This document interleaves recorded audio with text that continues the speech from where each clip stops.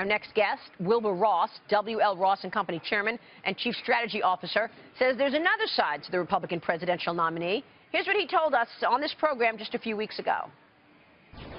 He never came to one meeting unprepared, never used any profanity or any vulgarities, was always very, very well organized, tough negotiator, but not weird, not strange, not off the chart at all. Very, very on message. Wilbur Ross joins us right now with more on that. Wilbur, good to see you. Good to see you, Thank you so Maria. much for joining us. What are you expecting tonight from Donald Trump? Well, I think it will be a wonderful speech. I think he will be well organized. I think he will be on message. I don't think there'll be any shockers, any big rabbits out of the hat. I don't think he needs them. We've been talking a lot about fundraising and the fact that Hillary Clinton has been able to raise a lot more money than Donald Trump. I want to get your take on his vice presidential pick, Mike Pence, because he is a sitting governor, and doesn't that limit what folks like yourself can actually donate because of an SEC rule? Yes, it does. There's a so-called pay-to-play rule. And it's strange because it's very unequally applied. People like ourselves who manage some money for the state of Indiana cannot contribute to the campaign of someone who's a sitting governor running for higher office. But the unions who are employed by that same state have no such limitation. Seems to be a very imbalanced situation. So is that a disappointment for you? You can't give more money? Well, in some ways it's good. My wife will get more jewelry. That's very funny. Take it. Wilbur, how the money that is being raised by the Trump campaign, how do you think they should be spending it? Well, I think on the ground game, because the media part is pretty well under control. I don't think he needs the kind of money that a Hillary Clinton needs for media. They are beefing up the ground game, and I think that's probably the money best spent. You do need foot soldiers in any kind of a war of this sort. I think that's absolutely right. Donald is a presence. He's a businessman. He's out there. People know who he is now. He's a very good executive, and I think we got to get the people on the street understanding what's going on and get to know him.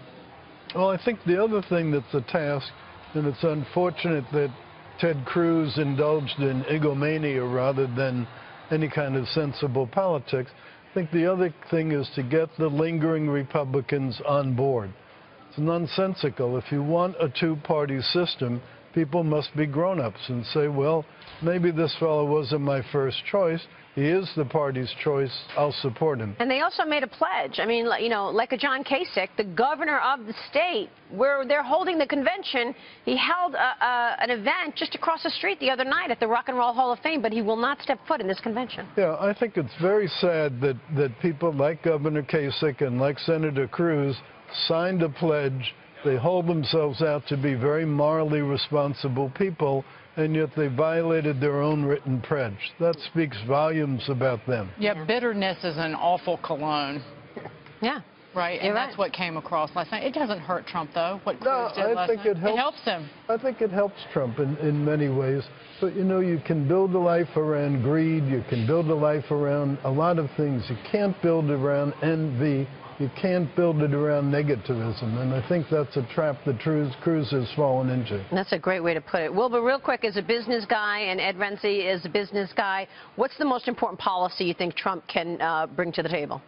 I think the fiscal policies for the country and foreign trade.